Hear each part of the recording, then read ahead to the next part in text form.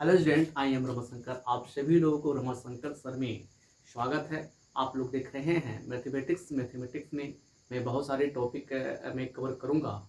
और इसके साथ साथ मैं बता दूं कि एक अनाउंसमेंट मैं कर रहा हूं।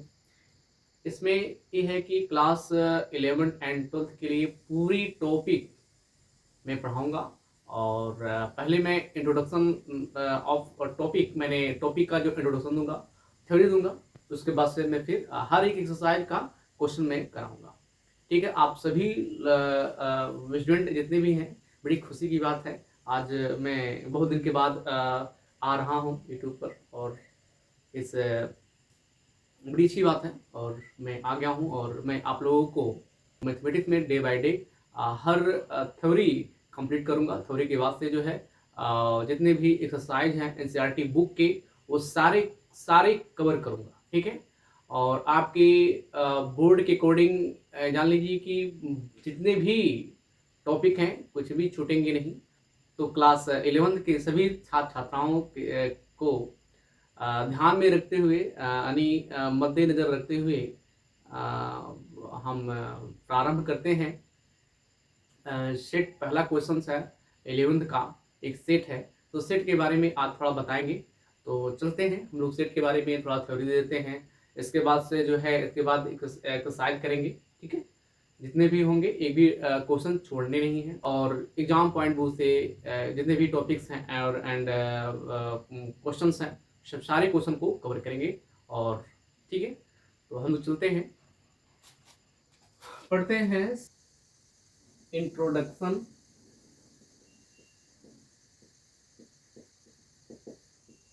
Of set. ठीक है, तो पहले हम क्या पढ़ेंगे? Introduction of set. सेट में क्या होता है? सेट में समुच्चय होता है। समुच्चय क्या होता है मैं भी बता रहा हूं। एक जर्मनी के एक साइंटिस्ट थे जिसका नाम था जॉर्ज कैंटर। तो सेट के बारे में जो थ्योरी है, जिसके अलग अलग जो टाइप्स के जितने भी क्वेश्चंस हैं, तो उन्होंने क्या किया था, उन्होंने एक डेवलप किया था। तो जिसका नाम क्या नाम है? George canter. तो जॉर्ज कैंटर ने ही, मैं लिख दे रहा हूं यहां पर, जॉर्ज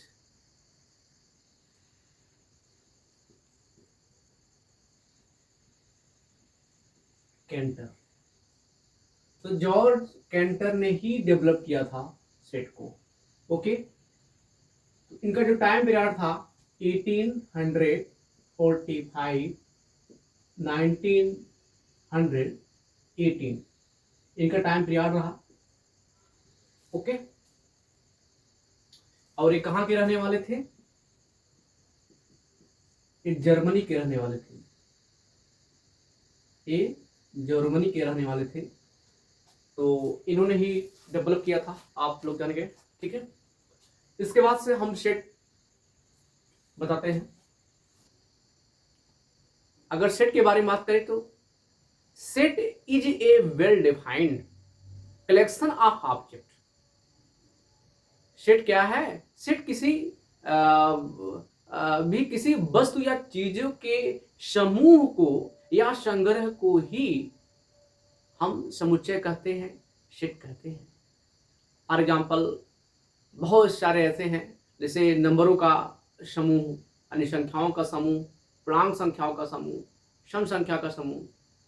ठीक है, all natural number, the collection of all natural numbers, are natural numbers, ये भी है। तो ऐसे बहुत सारे एग्जाम्पल हैं। ठीक है, तो मैं यहां पर इसका डिफिनेशन लिखूं। सेट, सेट मीन्स समुच्चय। समुच्चय, ठीक है। A set is a well defined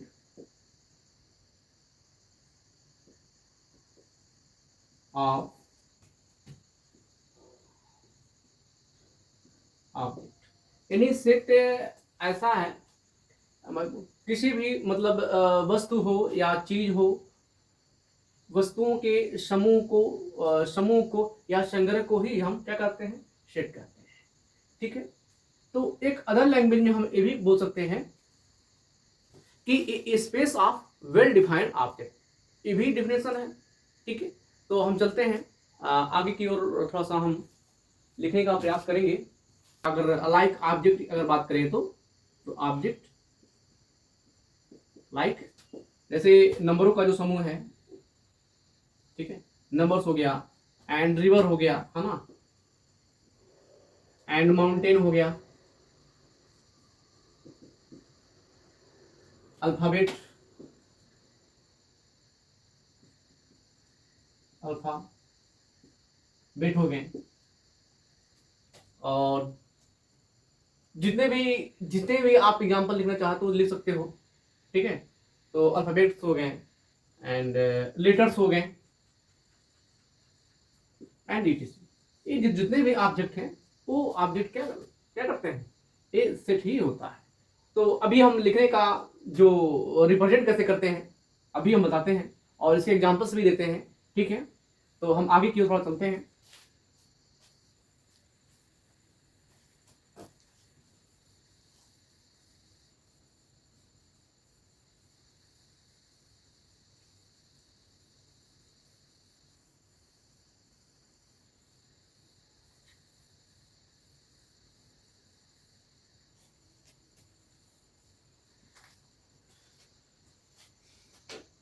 तो मैं बता दूं, जो जो सेट होता है एक लैंग्वेज में, और हम इसको लिख सकते हैं अदर वर्ड में,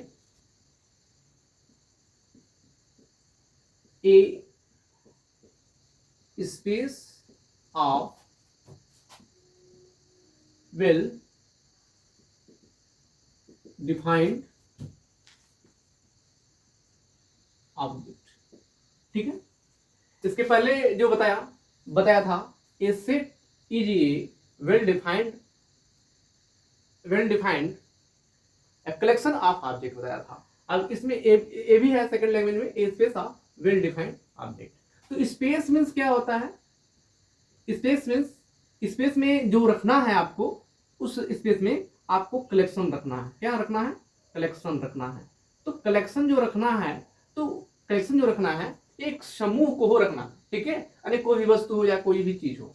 ठीक है, इस कलेक्शन को कहते क्या है, चाहे कलेक्शन कह लो या ग्रुप कह लो, बात एक ही है। ठीक है, दोनों का मतलब एक ही है, इसमें कोई दिक्कत नहीं है। देखो मोस्ट इंपॉर्टेंट है वेल डिफाइंड, वो वेल डिफाइंड हो। वेल डिफाइंड का मतलब ये है कि जैसे कोई अगर आपको आपको अब नंबरों का समूह लिखना है, ठीक है, तो मैं नंबर का जो समूह लिख रहा हूं 1 2 3 4 5, हमने नंबर लिख दिया। ये नंबर क्या वेल डिफाइंड है कि नहीं? तो फर्स्ट 5 नेचुरल नंबर, ये क्या है, ये फर्स्ट 5 नेचुरल नंबर है। ये क्या वेल डिफाइंड है, क्या है, ये वेल डिफाइंड है। ये जो ऑब्जेक्ट है, ये ऑब्जेक्ट कर्ली ब्रैकेट में बनाता हूं, तो कर्ली ब्रैकेट में ही रखना है आपको ऑब्जेक्ट को। ठीक है ना, तो ये क्या है, एक स्पेस है। ये क्या है, स्पेस है, स्पेस है। तो स्पेस में रखना क्या है, कलेक्शन या कोई ग्रुप, यानी वस्तु का कोई ग्रुप रखना है। ठीक है ना, कोई, तो यहां पर इस ग्रुप में इसको रख देंगे। अगर रख देंगे अवेल डिफाइंड होगा, तो क्या हो जाएगा, आपका सेट हो जाएगा। ठीक है, तो हम चलते हैं कुछ एग्जांपल्स लिखते हैं। जो एग्जांपल्स से हम लोग क्या करते हैं, समझने का प्रयास करते हैं कि वेल डिफाइंड है कि नहीं वेल डिफाइंड है। अगर वेल डिफाइंड है तब तो सेट कहलाएगा। अगर वेल डिफाइंड नहीं है, जो ऑब्जेक्ट वेल डिफाइंड नहीं है, वो ऑब्जेक्ट सेट नहीं कहलाएगा। ठीक है, तो हम लिखते हैं यहाँ पर कुछ एग्जांपल्स लिखते हैं।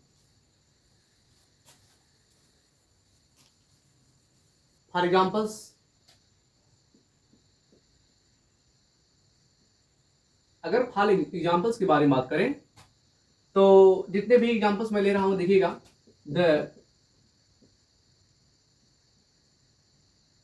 vowels English alpha alpha alphabetical,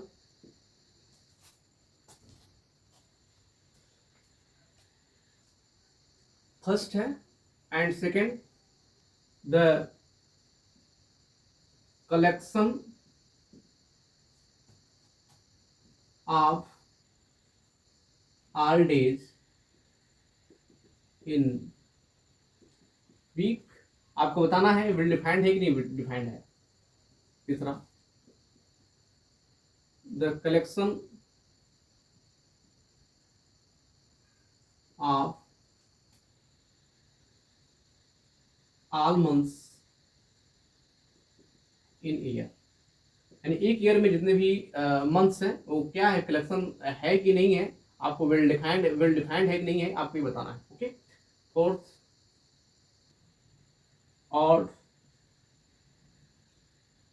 natural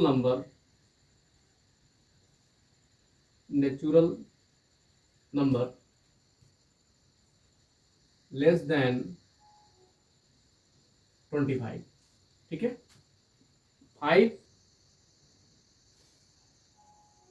the collection of river of India. 6 the collection of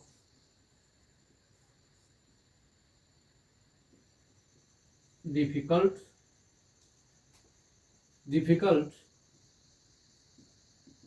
topics of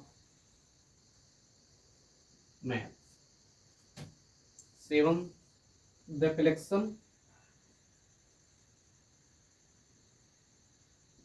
of best actor in the world। 8 the collection of best player of cricket. तो मैंने examples दिया है, ये सब जितने भी examples हैं आपको बताना है कि वेल डिफाइंड है या नहीं। तो एग्जांपल्स हम लोग समझते हैं कौन सा वेल डिफाइंड है, कौन सा वेल डिफाइंड नहीं है। तो जो वेल डिफाइंड होगा वो मेरा सेट कहलाएगा, जो वेल डिफाइंड नहीं होगा वो सेट नहीं कहलाएगा, है ना। तो देखते हैं the vowels English alphabetical. The vowels English alphabetical, इसका मतलब ये है कि जो वावेल्स है उनका एक जो अल्फाबेटिकल में एक समूह बनेगा, तो क्या वेल डिफाइंड है कि नहीं।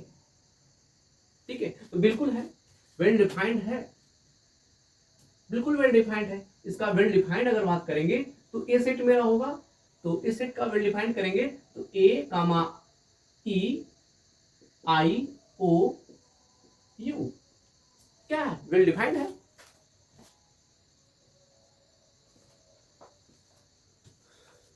वेल डिफाइंड है। ठीक है। अब सेकंड देखते हैं the collection of all day in week. तो वो भी डे का एक कलेक्शन, एक सप्ताह में, एक वीक में जो है जितने भी डे हैं 7 डे होते हैं, ये भी क्या है, कलेक्शन तो ही है, ये भी वेल डिफाइंड है, ये भी वेल डिफाइंड है। ठीक है ना, वेल डिफाइंड है, इसको मान लेते हैं बी। ठीक है,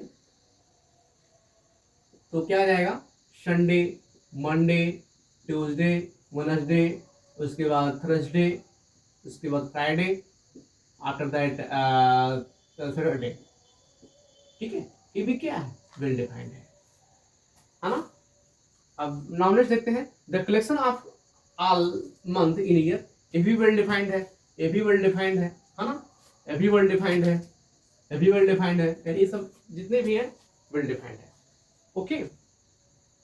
odd natural number less than 25, मतलब जितने भी नेचुरल नंबर्स हैं 25 के पहले ऑड नंबर, वो सब सारे क्या हैं, एक कलेक्शन तो ही है, तो ये भी क्या है, वेल डिफाइंड है।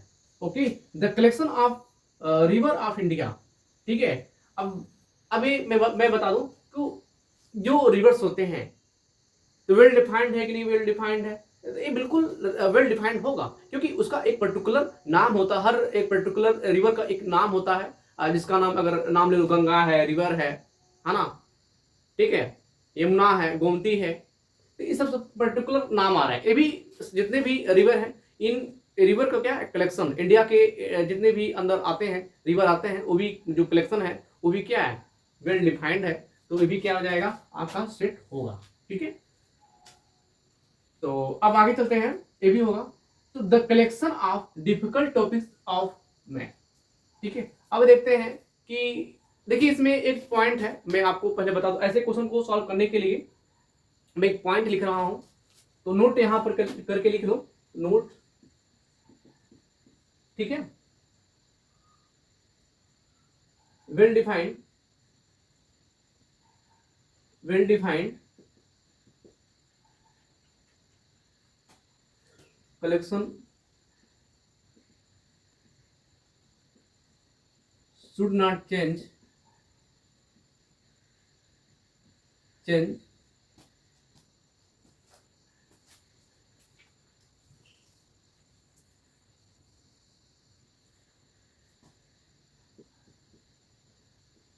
पर्सन टू पर्सन, ठीक है। यानी आप नोट में इसको थोड़ा नोट कर लोगे, ठीक है।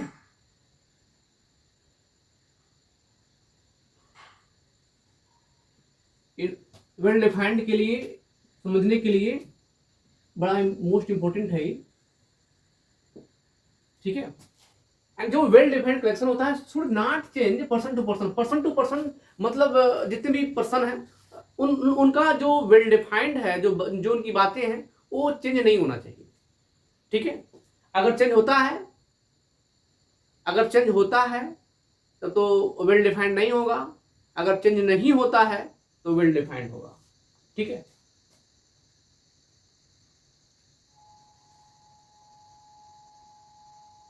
अब देखिए यहां पर the collection of difficult topics of math, तो इसमें क्या है, इसमें क्या है, हम इसी सेंटेंस से हम समझ सकते हैं well defined collection should not change person to person. तो पर्सन टू पर्सन वो चेंज नहीं होने चाहिए, ठीक है। तो चेंज नहीं होने चाहिए तो वेल डिफाइंड कहलाएगा। तो क्या ये चेंज होगा कि नहीं होगा? तो मैं बता दूं, अगर आप सब सारे लोग 11th में हो तो 11th में बहुत सारे बच्चे होंगे, कुछ लोग कहेंगे कि नहीं मुझे जो है जितने भी टॉपिक्स हैं 11th में, कुछ कहेंगे कि मेरे लिए रिलेशन बहुत कठिन है, कुछ लोग कहेंगे फंक्शन मेरे लिए आसान है। तो इसमें क्या है कि बातें चेंजेस हो रही हैं, इसका मतलब कि वेल डिफाइंड नहीं है, ठीक है, वेल डिफाइंड ये नहीं है। नाउ नेक्स्ट 7 देखते हैं, the collection of best actor in the world. पूरे वर्ल्ड में जितने भी बेस्ट एक्टर हैं, आप पर्सन से अगर पूछोगे तो बेस्ट एक्टर कौन सा है, तो बेस्ट एक्टर कोई कहेगा मेरे लिए सनी देओल है, कोई कहेगा नाना पाटेकर है, कोई कहेगा जो है सलमान खान है ना, तो कोई कहेगा क्या नाम है मिथुन चक्रवर्ती है ना। तो बहुत सारे ऐसे लोग हैं, तो अलग अलग अपना जो है एक्टर का रिप्रेजेंट करेंगे। कुछ लोग कहेंगे जो हीरोइन में जो एक्टर है कैटरीना कैफ है, ऐश्वर्या राय है ना, प्रीति जिंटा है, बहुत सारे लोग हैं। लेकिन कुछ लोग कहेंगे नहीं मेरे लिए बेस्ट ये नहीं है, मेरे लिए बेस्ट ये है। मैंने हर किसी का बातें हमेशा क्या हो रही है, यहाँ पर चेंजेस हो रही है।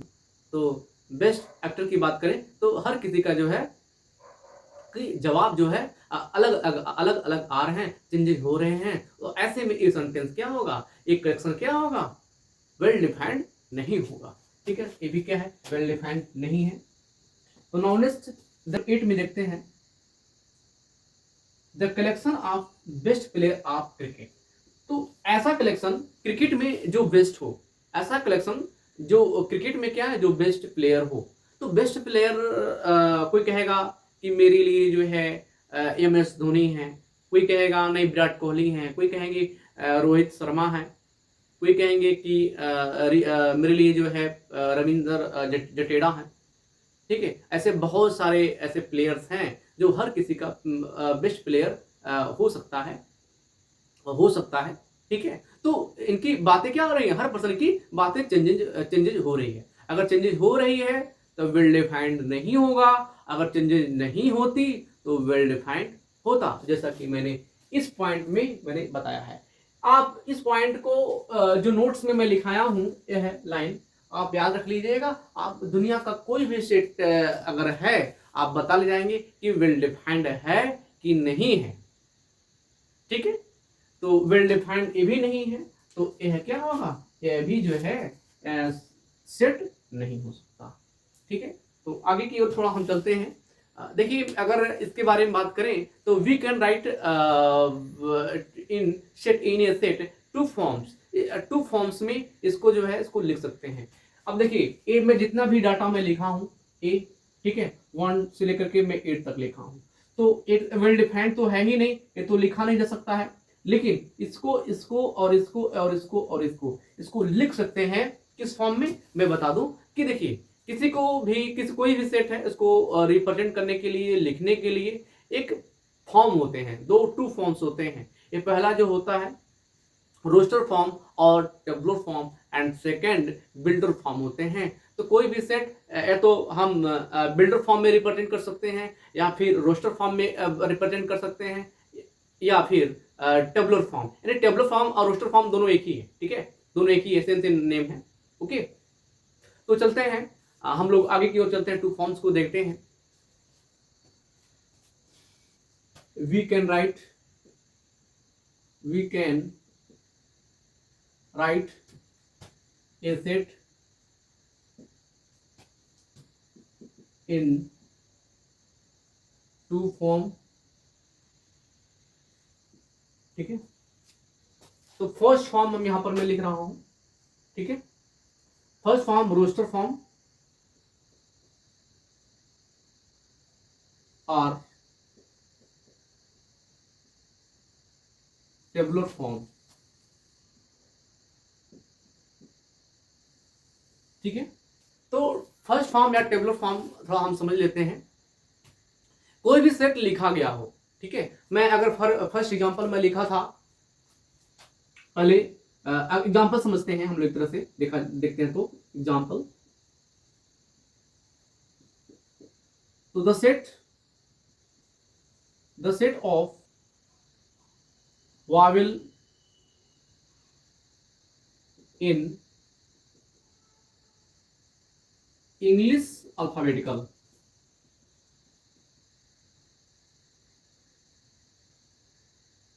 इंग्लिश अल्फाबेट्स, ठीक है। The set of vowels in English alphabet. तो ये भी क्या, ये जो सेट है वेल डिफाइंड है, क्योंकि आप लोग जानते हैं जो इसके जो एलिमेंट आएगा तो AEIOU आएगा, तो वेल डिफाइंड है, बिल्कुल ये सेट है। इसको कैसे हम रिप्रेजेंट करेंगे, पहले मैं बता दूं। देखिए, कोई भी सेट को हम ABCDEFGHIJKLMNOPQRSTXYZ से रिप्रेजेंट कर सकते हैं। तो मैं यहाँ पर मैं बता दूं, कोई भी अगर इसका जो रिप्रेजेंटेशन है,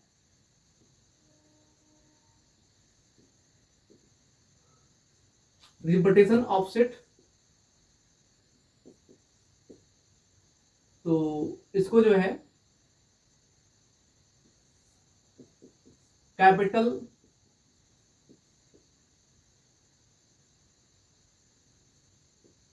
लेटर से इसको रिप्रेजेंट कर सकते हैं, A, B, C, D, dot, ठीक है।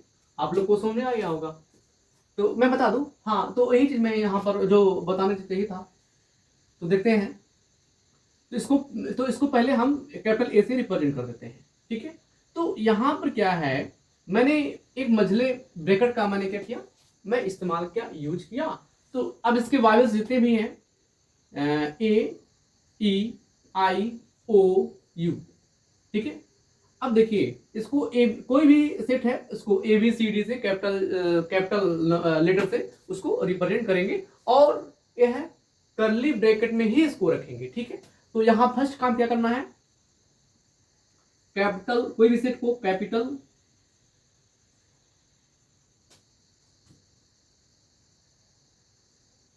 लेटर से ही इसको रिप्रेजेंट करेंगे, और इसको कर्ली ब्रैकेट से, ठीक है, कर्ली ब्रैकेट के अंदर, कर्ली ब्रैकेट के अंदर रखेंगे, ठीक है।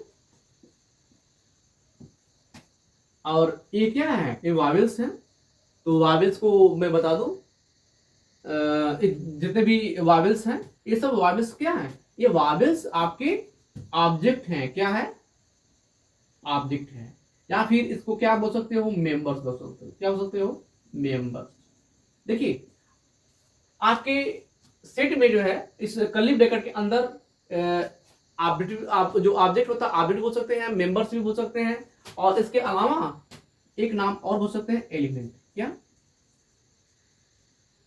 एलिमेंट, ठीक है। तो आप लोग को समझ आ गया, इसके ओरिजिनल एलिमेंट में हमने रिप्रेजेंट कर दिया। वह क्या है, रोस्टर फॉर्म या टेबलर फॉर्म में है। यानी आपको रोस्टर फॉर्म यूं समझना है कि जो उसके ओरिजिनल जो एलिमेंट में लिखा रहे, एलिमेंट में लिखा रहे, हाँ ना, ऑब्जेक्ट में लिखा रहे, तो वह क्या होगा, रोस्टर फॉर्म में होगा, ठीक है। तो आगे की ओर चलते हैं। थोड़ा सा एक दो एग्जांपल्स लिख देते हैं, ठीक है।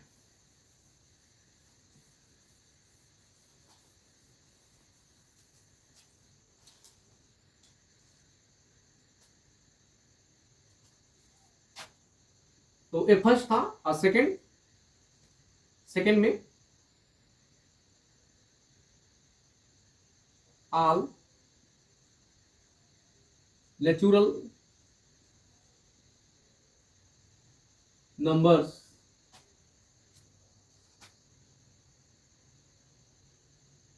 लेस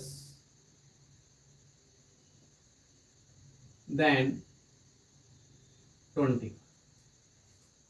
अब देखिए, यानी all natural numbers less than 20, यह सेट मेरा क्या होगा, बी होगा। अगर ए था तो ये दूसरा वाला क्या हो जाएगा, बी हो जाएगा, ठीक है ना। इसको कर्ली ब्रैकेट में लिखेंगे। नेचुरल नंबर लिखना है तो नेचुरल नंबर स्टार्ट कहाँ होता है, काउंटिंग नंबर शुरू होता है। तो 1 2 3 4 5 6 7 8 9 10 11 12 13 14 15 16 17 18 19 20। तो मैंने बी सेट से मैंने क्या किया है, इसको रिप्रेजेंट किया है, और उसका कर्ली ब्रैकेट में इसके एलिमेंट को हमने पुट अप कर दिया है। तो किसका एग्जांपल हो गया, ये जो है रोस्टर फॉर्म और टेबलर फॉर्म का एग्जांपल हो गया, ठीक है। अब ऐसे ही थोड़ा और आगे चलते हैं, एक एग्जांपल और देते हैं।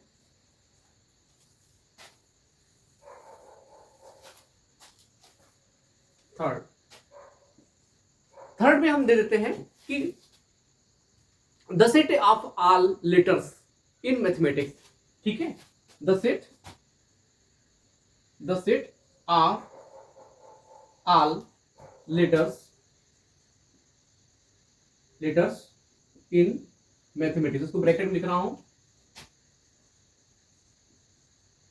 नहीं सब कैपिटल में ही लिख देते हैं, ठीक है ना।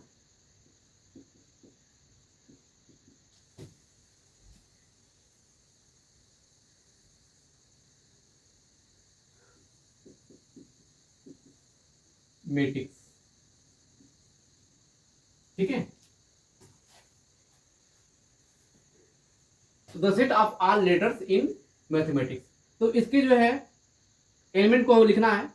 अगर इसके ओरिजिनल एलिमेंट लिख देंगे तो क्या हो जाएगा, रोस्टर फॉर्म में, टेबलर फॉर्म में ये हो जाएगा, ठीक है।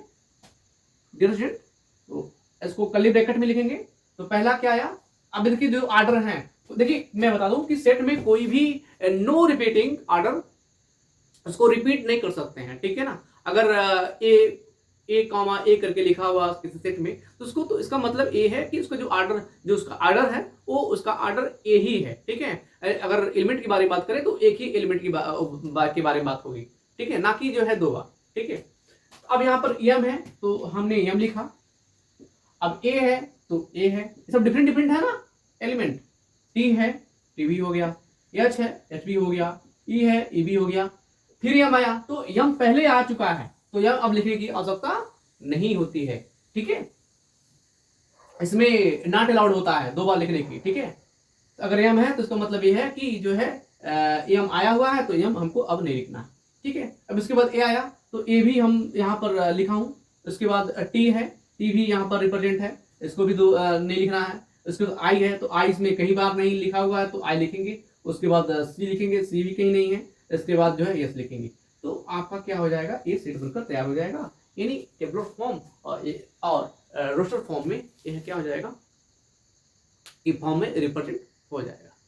ठीक है, आप लोग को समझ में आ गया होगा कि हम कोई भी जो है सेट को जो है कैसे रोस्टर फॉर्म या टेबलर फॉर्म में उसको लिखते हैं। ठीक है, अब एक फॉर्म और आता है जिसका नाम होता है सेट बिल्डर फॉर्म होता है। तो सेट बिल्डर फॉर्म में क्या हम करते हैं, कैसे लिखते हैं, आइए देखते हैं।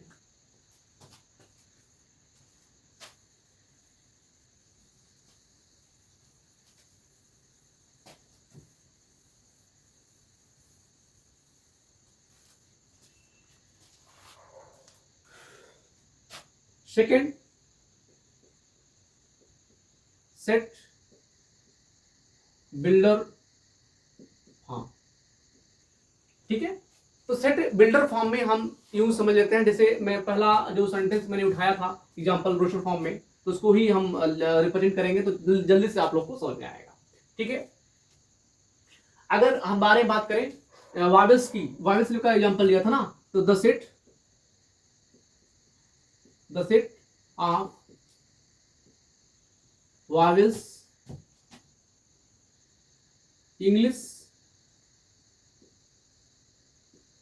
अल्फाबेटिकल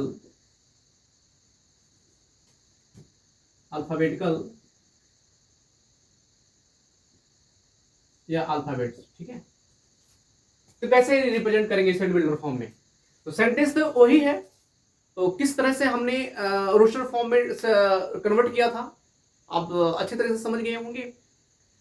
फिर उसी सेंटेंस को, उसी कलेक्शन को हमको सेट बिल्डर फॉर्म में इसको कन्वर्ट करना है और कन्वर्ट करके जो है सेट बिल्डर फॉर्म में रिप्रेजेंट करना है।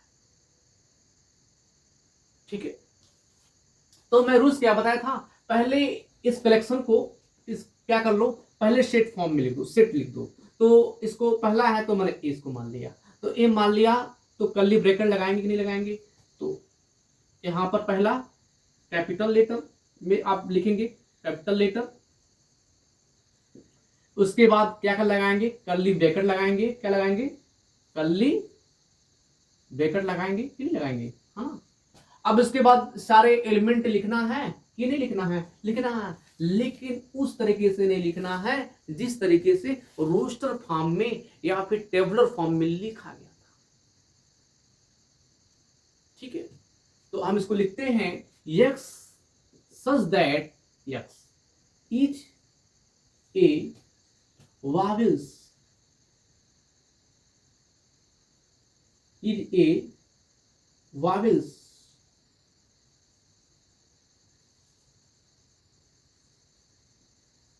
इंग्लिश अल्फाबेट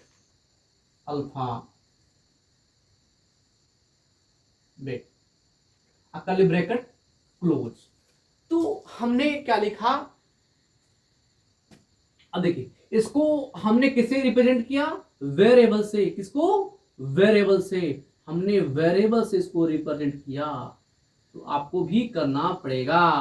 अब जो जो दो बिंदी लिखी हुई है इसको सेमी कोलन बोलते हैं या फिर सच दैट बोलते हैं। ठीक है, तो सच दैट थोड़ा सा बोलने में थोड़ा अच्छा पड़ता है, आप सेमी कोलन भी बोल सकते हैं, इसमें कोई दिक्कत वाली बात नहीं है। ठीक है, और इसको कर्ली ब्रैकेट से क्या करेंगे, इसको कुछ देंगे, तो आपका सेट बिल्डर फॉर्म बन करके ये तैयार हो गया। ठीक है, अब फिर हम आगे की ओर चलते हैं, नेक्स्ट एग्जांपल देते हैं। ठीक है,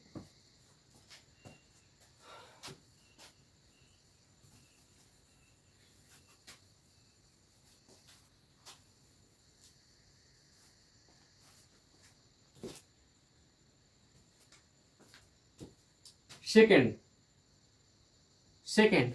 ठीक है, तो सेकेंड में इवन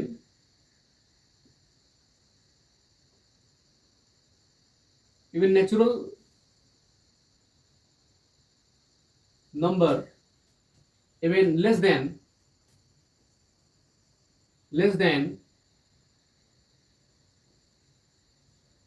15।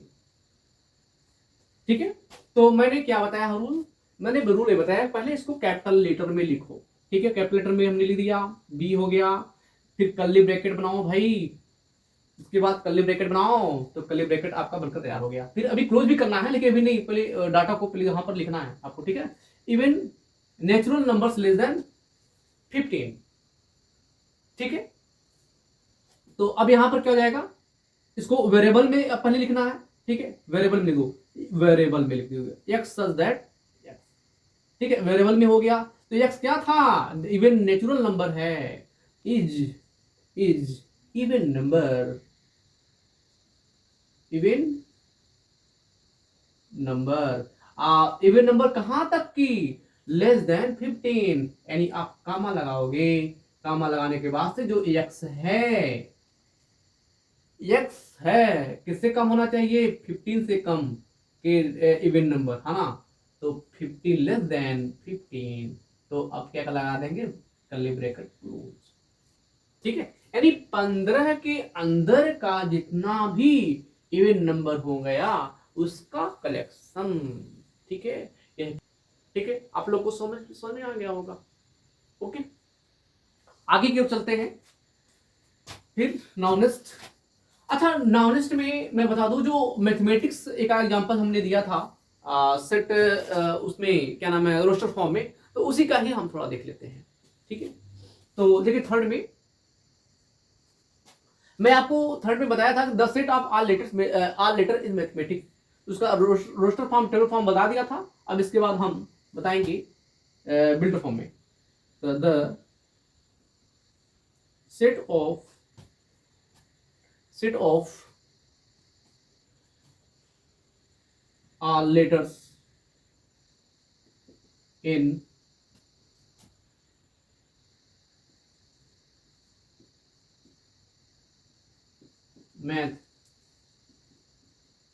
मैथमेटिक्स, ठीक है।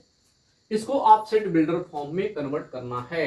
तो पहला काम क्या करेंगे, अगर ये तीसरा नंबर है, इसका मतलब कैपिटल में क्या लिखना पड़ेगा, सी। ये मेरा सी सेट है, मतलब तीसरा सेट है, इसको सी से रिप्रेजेंट कर रहा हूं। आप कर्ली ब्रैकेट लगा दो भाई, इसमें कर्ली ब्रैकेट लगाओ, उसके बाद एक्स वेरिएबल में कन्वर्ट करो। मैंने इसको वेरिएबल में कन्वर्ट कर दिया। अब वेरिएबल में कन्वर्ट करने के बाद ये क्या था, लेटर था, ये क्या है, लेटर है। तो इज लेटर ऑफ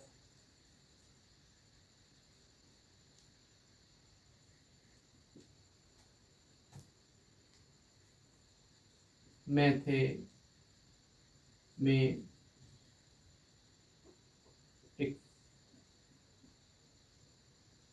ठीक है, कर्ली ब्रैकेट क्लोज। आपका क्या हो गया, ये बनकर तैयार हो गया, ठीक है। तो आप ऐसे किसी भी सेट को जो है कैसे टेबलर फॉर्म में या रोस्टर फॉर्म में रिप्रेजेंट करते हैं, और कैसे सेट बिल्डर फॉर्म में कैसे रिप्रेजेंट करते हैं, आपको भली भांति आपको समझ में आ गया होगा, ठीक है। हम आगे की ओर थोड़ा सा चलते हैं, थोड़ा सा और मैं बताने का प्रयास करूंगा। कुछ सिंबल्स हैं, उस सिंबल्स को हम क्या क्या किससे किससे जो है उसको रिप्रेजेंट कर सकते हैं, कैसे कैसे हम बता सकते हैं, आइए देखते हैं। आइए स्टूडेंट्स, अब फिर हम देख लेते हैं कैसे कैसे नंबर्स को हम कैसे कैसे जो है इसको रिप्रेजेंट कर सकते हैं, कैसे कैसे नंबर्स को हम लिख सकते हैं सिंबॉलिक फॉर्म में। अगर मैं ये लिखूंगा तो इसका मतलब यूँ समझना कि the set of natural number है, वो सारे नंबर का क्या है, वो सेट है, ठीक है। अगर मैं जेड लिखूंगा तो जेड मतलब क्या, इंटीजर है ना। इंटीजर को जो जितने भी इंटीजर होते हैं उसको जो हमको रिप्रेजेंट करना होता है, ठीक है, उसको जेड से रिप्रेजेंट करते हैं। और क्यू क्यू रेशनल नंबर से जो है, रेशनल नंबर जितने भी होते हैं उसको हम रिप्रेजेंट करेंगे, ठीक है। अब इसके बाद जो है आर है, आर रियल नंबर से रिप्रेजेंट करेंगे।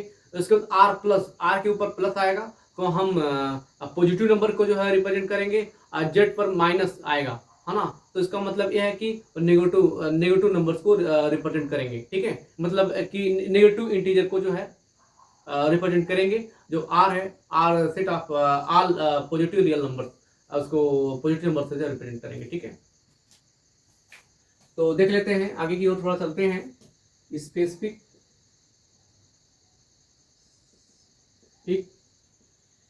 नेम्स ऑफ ए सेट, ठीक है। तो अगर मैं पहला लिखूं n, तो n का मतलब ये है, अगर मैं कहीं n लिखूंगा तो इसका मतलब ये है the set of all natural number. ठीक है, हमने क्या बताया, the set of all natural number. इसके बाद मैं बताऊंगा, यहां पर मैं लिख रहा हूं z, तो z का मतलब the set of all integer, integer को भी इसको रिप्रेजेंट करेंगे। इसके बाद नाउ नेक्स्ट आता है q, the set of all rational number, यानी q को जो है the set of all rational number से रिप्रेजेंट करेंगे। इसके बाद से जो है r आ जाएगा, r को द सेट ऑफ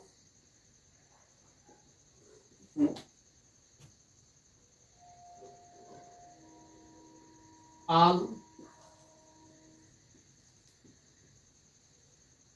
नंबर को रिप्रेजेंट करेंगे। इसके बाद जो है z माइनस आएगा, है ना, तो z माइनस आएगा, तो z माइनस का मतलब ये है the set of all negative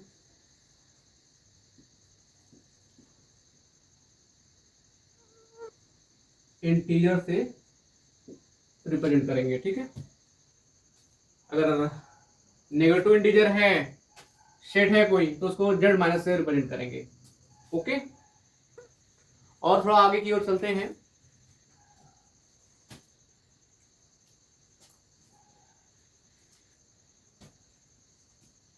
z plus है, तो इसका मतलब ये है the set of all positive integer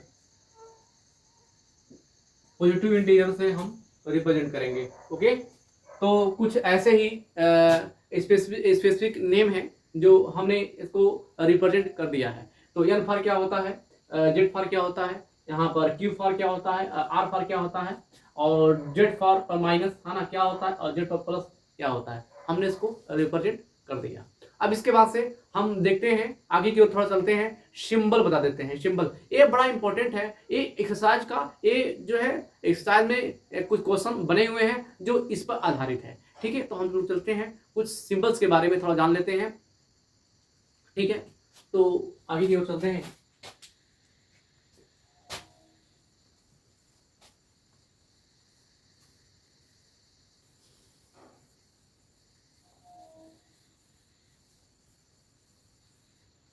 देखिए, आगे की थोड़ा हम चलेंगे, तो सिंबल क्या, सिंबल्स, देखिए आप लोग जानते होंगे सिंबल्स। देखिए मैं क्या लिख रहा हूं, बिलोंग्स, क्या, बिलोंग्स। ठीक है, तो बिलोंग्स टू को कैसे रिप्रेजेंट करेंगे, ऐसे। ठीक है, ऐसे। बिलोंग्स टू को कैसे रिप्रेजेंट करेंगे, ऐसे रिप्रेजेंट करेंगे। ठीक है, और सेकंड,